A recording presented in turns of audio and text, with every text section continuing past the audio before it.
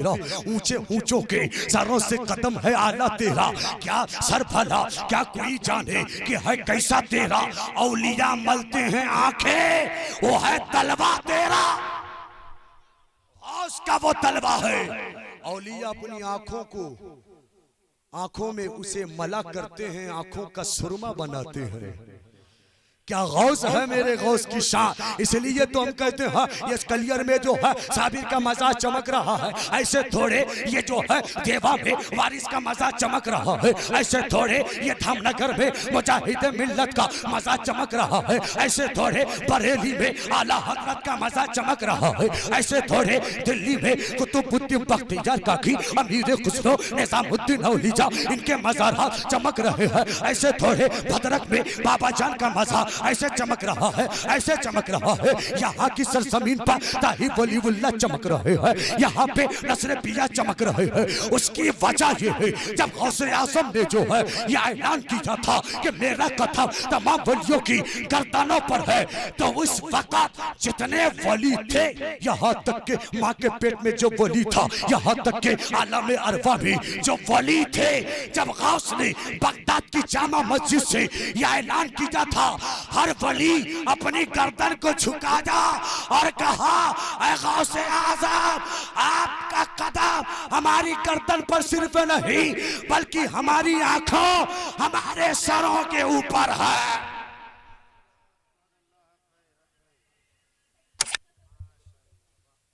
तो गौसे आज़म ने जो कहा था, साबिर ने अपनी गर्दन झुकाई, गौसे पाक का कदम, वारिस ने गर्दन झुकाई, गौसे पाक का कदम, नसरे पिया ने गर्दन झुकाई, गौसे पाक का कदम, ताहिर वलीउल्लाह ने गर्दन झुकाई, गौसे पाक का कदम, मुजाहिदीन मिल्लत ने झुकाई, गौसे पाक का कदम।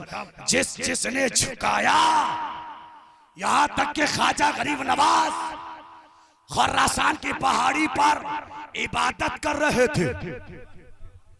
बगदाद पर ख्वाजा का मामा गौस बड़े बेदस्तगीर ने जब आवाज दी तो अजमेर का ख्वाजा वहां इबादत में मसरूफ, बगदाद से आवाज चली अजमेर तक आ गई।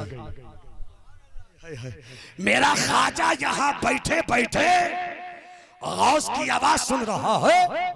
उस वक्त ना टेलीफोन का जमाना है, न तार का जमाना है, न मोबाइल का जमाना है, न कोई जो है जराई का जमाना है कि इतने दूर से इराक का है, हिंदुस्तान का है, कितने दूरी का रास्ता, कितने पहाड़े हैं, कितने हिजाबात है। मगर कुर्बान जाओ, एक अल्लाह का वली आवाज देता है, एक अल्लाह का वली बैठे बैठे सुनता है। जब मेरा ख्वाजा अजमेर में बैठकर गौस की आवाज को सुन सकता है तो हम गुलाम पटासपुर में है, यहाँ से ख्वाजा को बुला है, तो अजमेर में सोया हुआ ख्वाजा हमारी बातों को सुन सकता है। कैसे दीवाने हो। कोई बीच मजमा से नारा लगाए, कोई तो नारा लगा।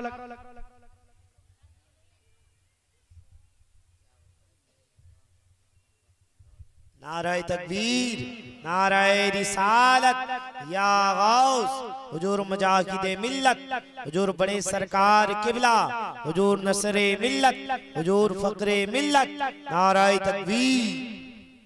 इसलिए हजराते गिरामी बीच बीच में नारा लगाना चाहिए। तकरीर करना थोड़ी आसान है, कलेजा मुंह को आ जाता है।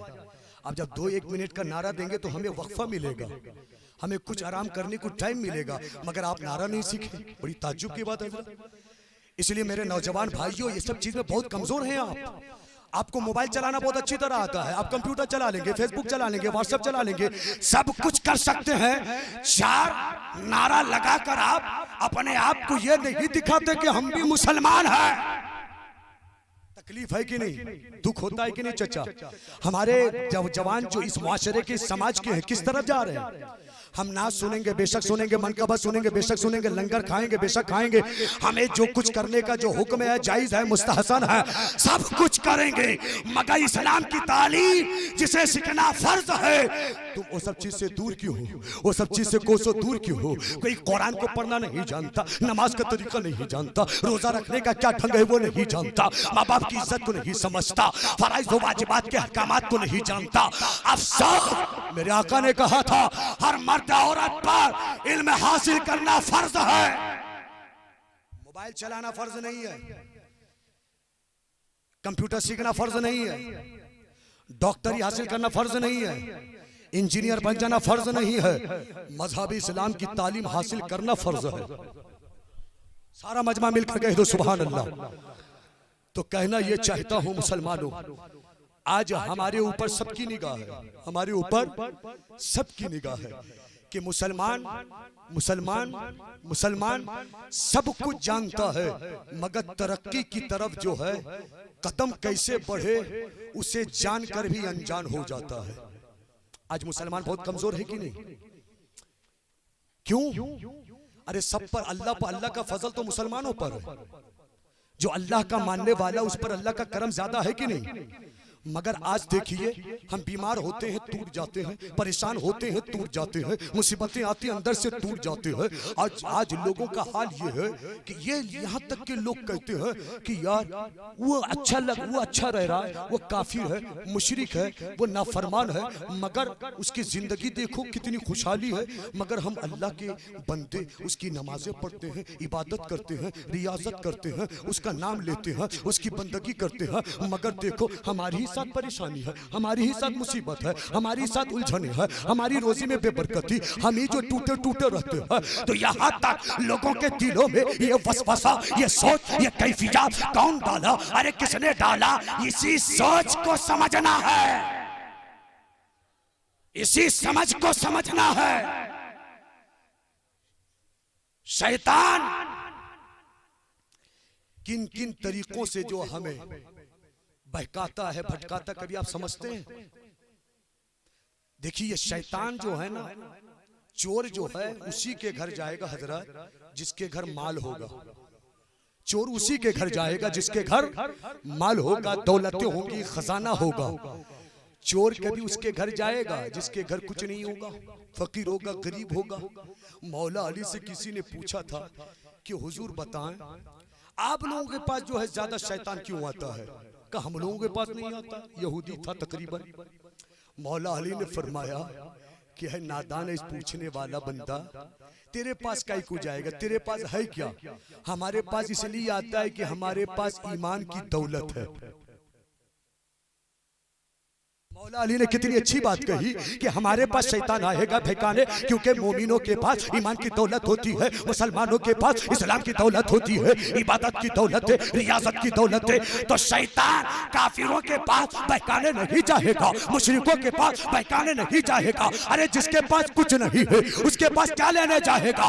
अरे जिसके पास, हमारे पास सब कुछ तो है, कुरान है, नमाज है, रोजा है, हज है, अल्लाह की वहदानियत, रसूल की रिसालत, अल्लाह वालों की मोहब्बत, ये सब कुछ हमारे पास है। तो शैतान हमें ही बहकाने आएगा,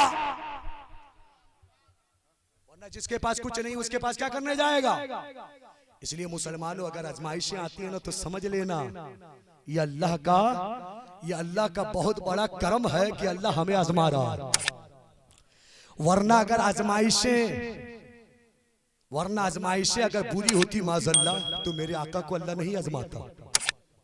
आप जानते हैं मेरे आका को कितनी तकलीफें दी गई, यहाँ तक कि मेरे आका को मक्का छोड़ना पड़ा काफिरों की वजह से। मक्का छोड़कर मदीना आ गए, कांटे बिछा दिए गए, कई दिनों तक जो है आपको भूखा रखा गया, कई दिनों तक जो है आप फक्र फाका की जिंदगी गुजारे। ये क्यों? अरे मेरे आका फरमाते हदीस पाक में, मेरे आका कहते हैं कि जितनी आजमाइश अल्लाह ने मुझ पर डाली है, किसी नबी पर अल्लाह ने ऐसा नहीं आजमाया।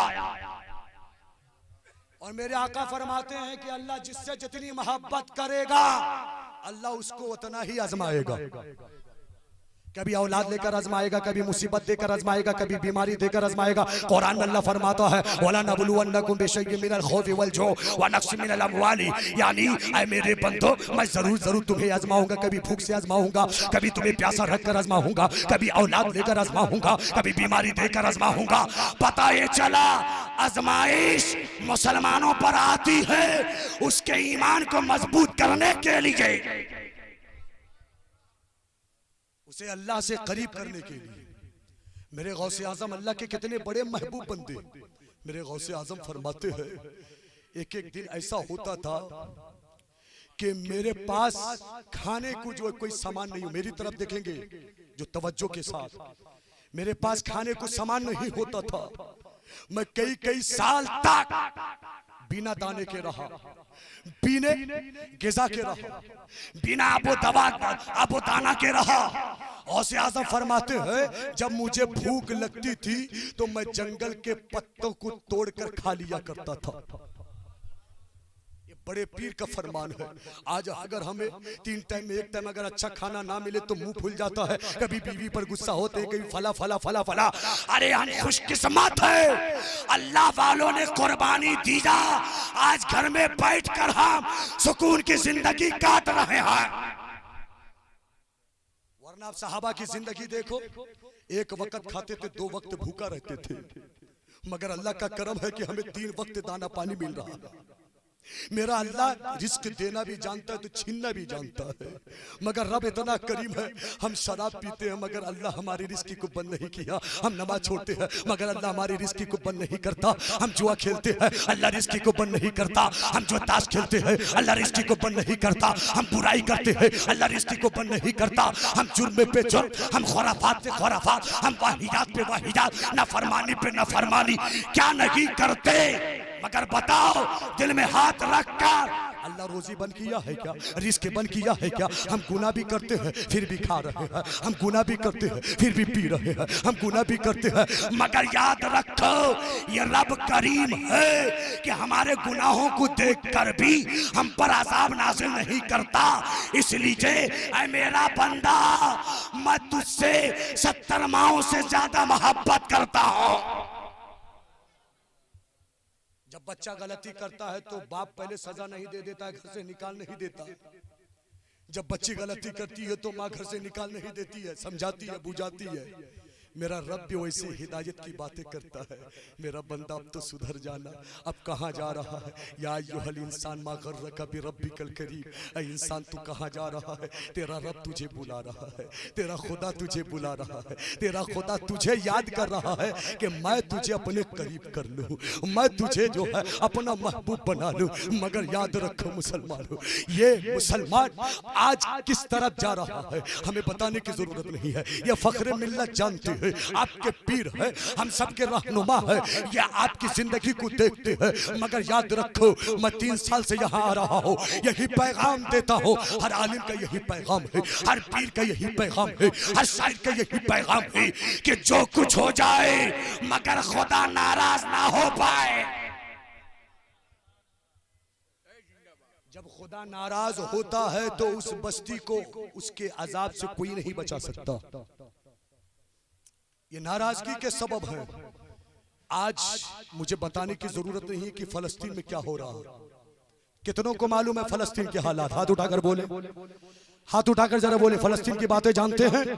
कौन नहीं जानता? नेट का जमाना है, इंटरनेट का जमाना है, यूट्यूब का जमाना है, व्हाट्सएप का जमाना है, क्या कुछ नहीं हो रहा है।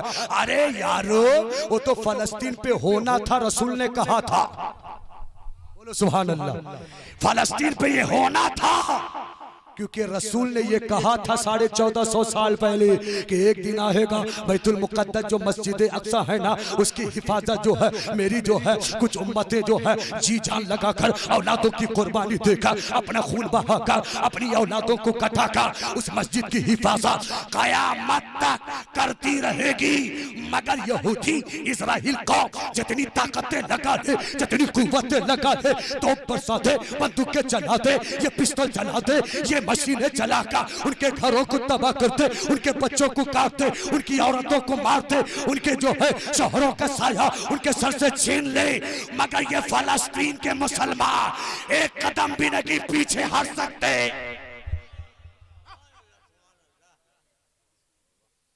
मजाक है? हमारे जिस्म का एक लहू निकल जाए तो तड़पते, उनके सामने उनके बच्चे